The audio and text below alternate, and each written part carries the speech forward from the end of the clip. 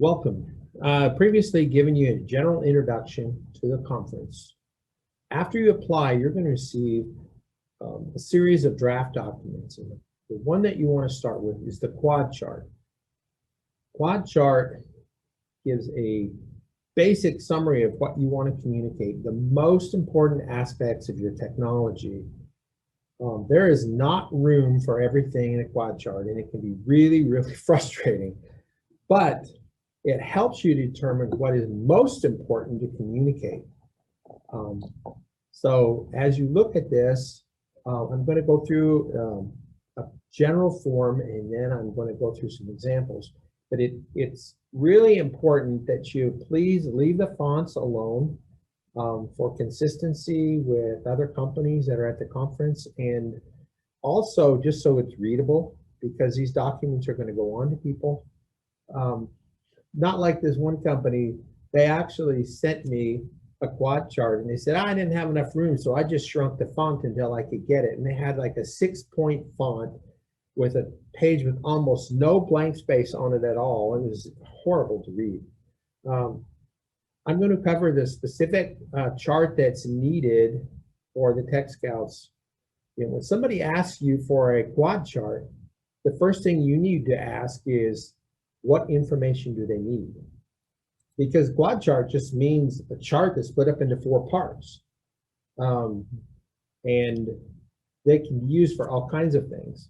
So for the purposes of this conference, let's pull up a blank quad chart that's formatted for what we need in order to be ready for the conference, so that the Tech Scouts can pass this on.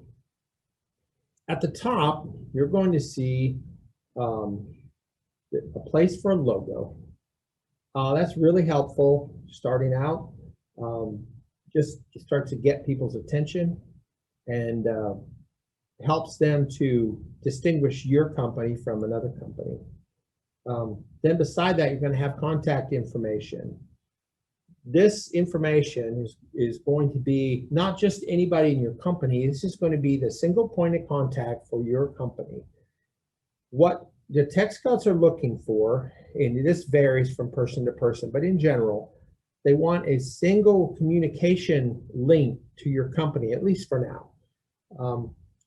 Somebody that will gather the questions from Tech Scouts or the information they need, will gather it together from the company, and then reply back to them, because it can be very confusing and frustrating when you start getting 3 and 4 different conversations going along with the company, going to the company, between the company and Tech Scouts. So then over on the top right-hand side, you'll see a title, which should be rather short. And in order to be consistent, once again, just leave the font alone if you can. You don't be shrinking it very much. Then that title should be descriptive, but not too long. So, okay, now we're going to go over to a fictitious company called ACME. And I'm going to show you what it actually will look like. At the top of their quad chart, you're going to see their logo, their single point of contact, and then the title of their technology. So I'm going to be jumping back and forth between these 2 slides to illustrate what I'm trying to explain. So let's start with Quadrant 1. Quadrant 1 actually starts out by a description of the technology, not the company, but the technology, and the most important pieces about your technology. And just as a side note, when you get your draft copies back, you're going to see sometimes there's not very much information in these fields. Sometimes there's overruns down into the text boxes in the lower fields, and it looks like a real mess. But please just bear with us. Start editing on the upper parts of the chart, and once you fill in the information up there and decide what you need to say, and you shrink what you're communicating to fit in the text box, and you'll easily see the ones down below. So just bear with it, even if it looks messy. So we start out with a one-sentence summary, one or maybe two, that gives an overview of your technology. Just the broad scope.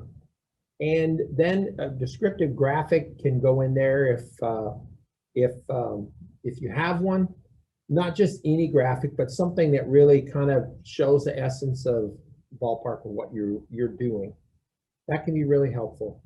It makes your technology stand out. We've actually had tech scouts call us back and say, hey, I'm interested in that company that had that picture of this on there from last year's conference, and who was that? Sometimes pictures can make that much difference. So between that picture, that one or two sentence summary, and just looking at your title, the reader should be able to understand very quickly what this technology is. Then underneath that, some basic bullet points. I would start, first of all, whittle down what you think are the most unique, critical things about your technology. Why is it better than competitors? Does it have new features to an existing product? What special things does it do? And this is really important to emphasize. It's not the special sauce of how to do it. That's your IP. That's typically how you're doing it. What you're doing is not typically as much IP. So then I would, once you've whittled down your list, I would go back and think through what is my strongest point for the specific audience that I'm anticipating being in front of. If it's a Department of Defense Technology Scout, what would probably be their most interesting aspect? And it's important to note what you really want to communicate here is not necessarily too deep into the specifics, but in just about their applications, but in general, what are the characteristics? If you were explaining to somebody, here's the key points of what we do. So now let's flip over and we're going to look at our ACME example. So here's our one sentence summary.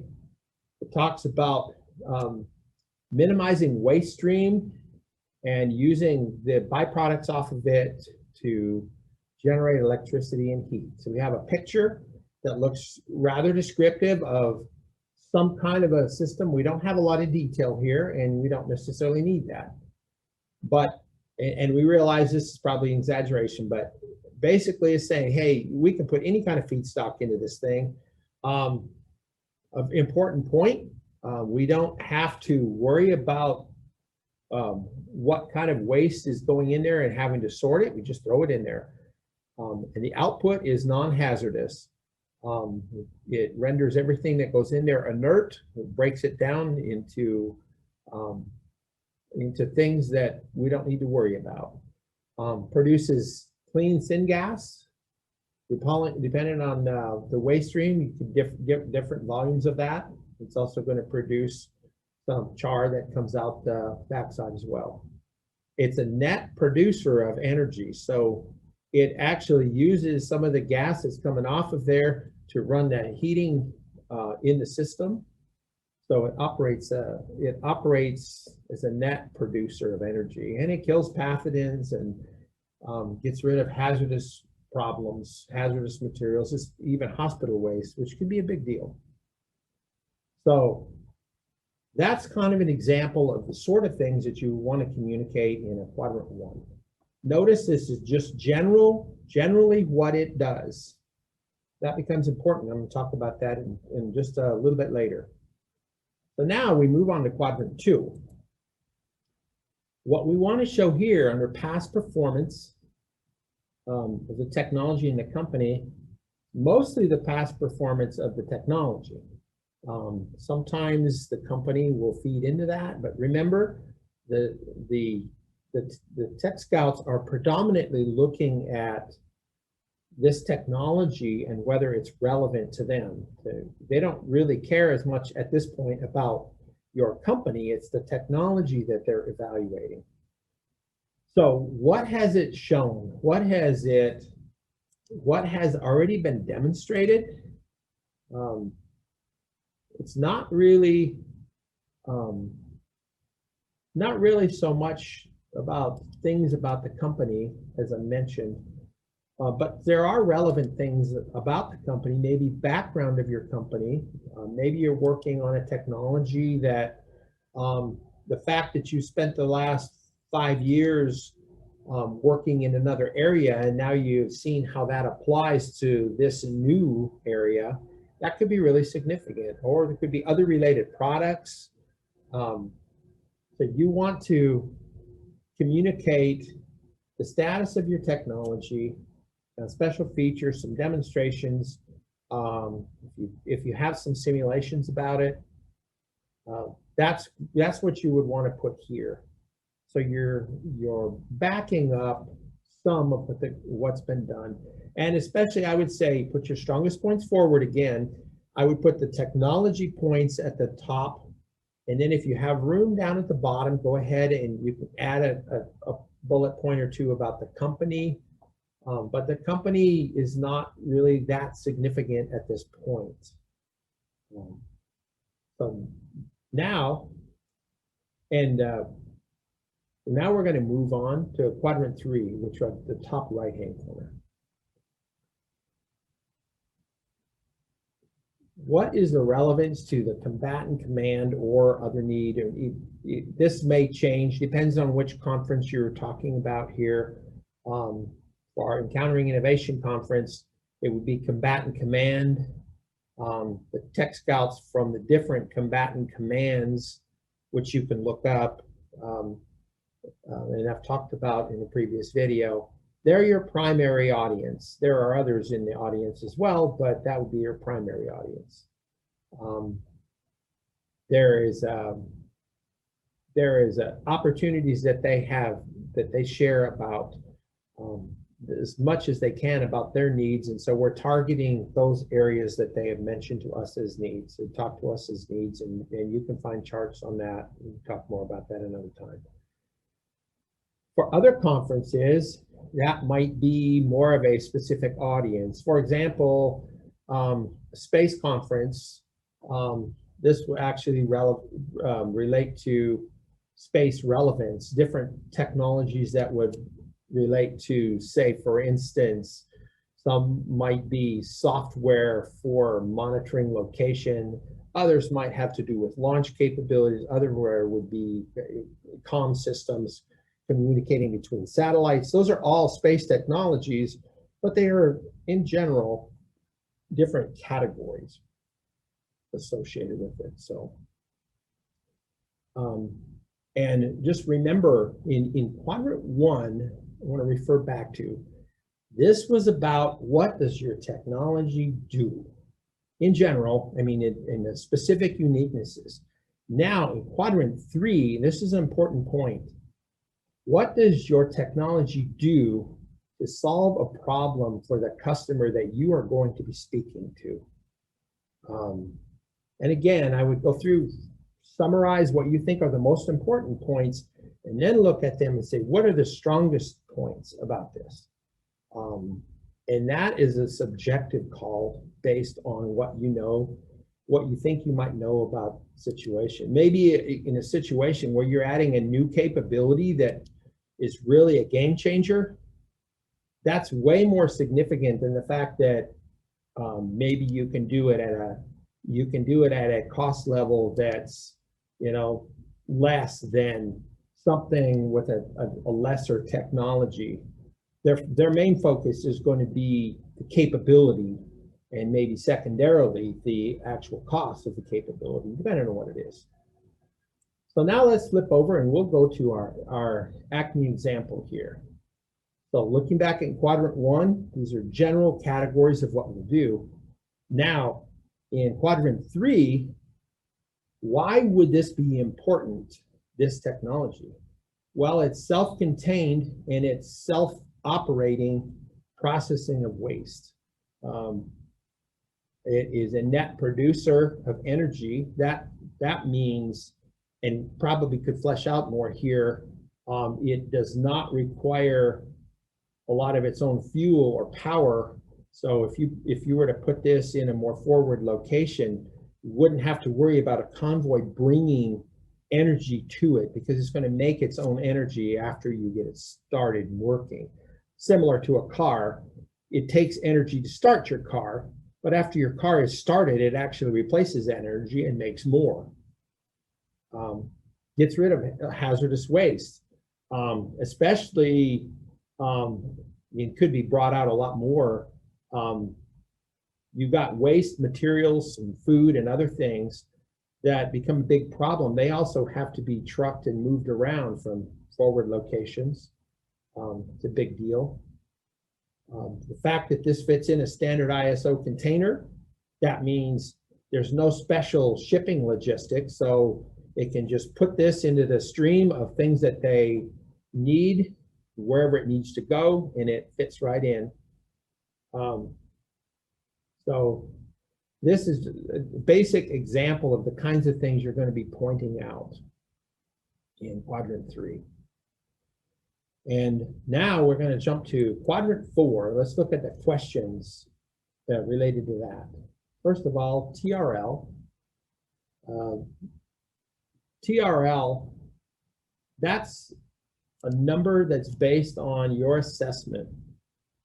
When you're applying, there's actually more rigorous definitions, and you should look those up. We have information on that. But in general, TRL is from 1 to 9, technology readiness level. And that indicates very quickly how far you are along. Technology level 1 would be, hey, I have an idea, maybe I scratched it down on a napkin. Technology level, readiness level 9, I'm already producing it commercially. You could just go order it and buy it. The break point is about between 5 and 6. 5 would be, I've demonstrated some critical parts of it, but still it has to be in a lab environment, controlled, can't really handle rain or anything like that, can't really be used in a relatively similar environment to how it would be used. In a 6, it would be more tested in a relative environment to how it would be used, and basic functionality, but not fully packaged, and certainly not a final product. So gives you an idea. Be modest about what your technology readiness level is. It really looks bad if you exaggerate what it is. So I've had people say that they're at a TRL 8 to 9, and they were really only at about a 4. And I've heard tech scouts say, wow, they didn't even understand where they're at. That looks bad. So next, we're going to look at scaling. Well, actually, before that, the next line, or a couple of lines underneath the TRL, is just a sentence or two of justification, or bullet points of justification. Why did you pick that TRL? Just say it. I picked a TRL 5 because we've demonstrated some critical parts, or I demonstrated a 3 because I'm at this level and I've done a few calculations. I haven't simulated it yet, but I'm headed on, I'm working on that. Just to give an idea, what the tech scouts want to see is that you're moving. You're not stagnant. You've got stuff going on. You're in the process of making things happen. So now we're going to move into scaling considerations. Now here's a question. Just think about this in a general sense. What makes sense as far as how somebody would want to scale this? Maybe I've got a little tiny benchtop generator, but I would want to scale this to go up into an ISO container. Maybe I have something that fits in an ISO container, or wouldn't even fit in an ISO container, that they would really want to be portable, man-portable by 1 or 2 people. or smaller? Or is it, how is it going to scale? Is it going to be bigger, smaller, lighter, faster, cheaper? What's it going to do? And if you have it, you can give it at least a rough order of magnitude, you know, the cost projections here of how much you estimate it will probably cost to do that. Then we're going to talk about timeline to market, both with and without financial assistance. This does not mean that, you know, they're expecting you to develop this on nights and weekends on your own time for nothing, and you're going to duct tape it together and somehow make it work with no resources. The idea behind this is you already have a plan. What are you doing? If you did not, without financial assistance, more financial assistance, how are you going to get this to market? What's a reasonable timeline? What would it take? It would take probably maybe 2 years to finish developing this, and you can say here too a little bit about it, just, you know, briefly. Are you working on a small business innovation research grant or contract that you've submitted or that you're working on? Or we have some early investors that are planning on taking us up to a certain level. You can give just a brief idea of that. And then with financial assistance, a common question that the Tech Scouts would ask would be, how fast could we move this thing forward if you had X number of dollars or something like that? Or you say two years. I know an application what really needs it in less than a year. What would it take to do that? Those are the kinds of questions that you want to just pre-answer before, as much as you can, before you even present to them. So these are the kind of things that we're going to look at. And now let's flip to our example back here in our ACME example. So we got a TRL 8 in this example, and we've demonstrated on a small scale. So that's their justification. It actually has a working pilot, but it's not actually scalable necessarily to really big systems. Maybe what we would want to do is to be able to gang these together, and actually they think they can gang them together here. So their scaling consideration is that they have a container size self-operating system that, in order to add more capability, they would just put them side by side and link them together. And here's a rough idea of a cost for individual units. So without financial assistance, it's currently in production and available, low quantities, but with $1 million of investment, we could ramp this up very quickly. That gives an idea of what you have here, what you're wanted in this quadrant 4. So if you look at the broad scope of this ACME quad chart, you can see really quickly, just looking at the title and even basic quadrant 1, I have an idea of what this technology does. Quadrant 2, I have a general idea of what they've proven so far. Quadrant 3, here's why I should be interested in. Here's some things, and sometimes they're really obvious, sometimes they're not very obvious. But here's what I think I could do, what they could do for me. And then as we look at quadrant 4, here's where they're at in their technology, how fast they can move forward, what they can do to make it smaller, bigger, faster, lighter, cheaper. So I have a pretty good picture of this company in less than 5 minutes of reading this chart, maybe 3 or 4 minutes. I can get a pretty good handle on how this company what it has with its technology and what I could do with it.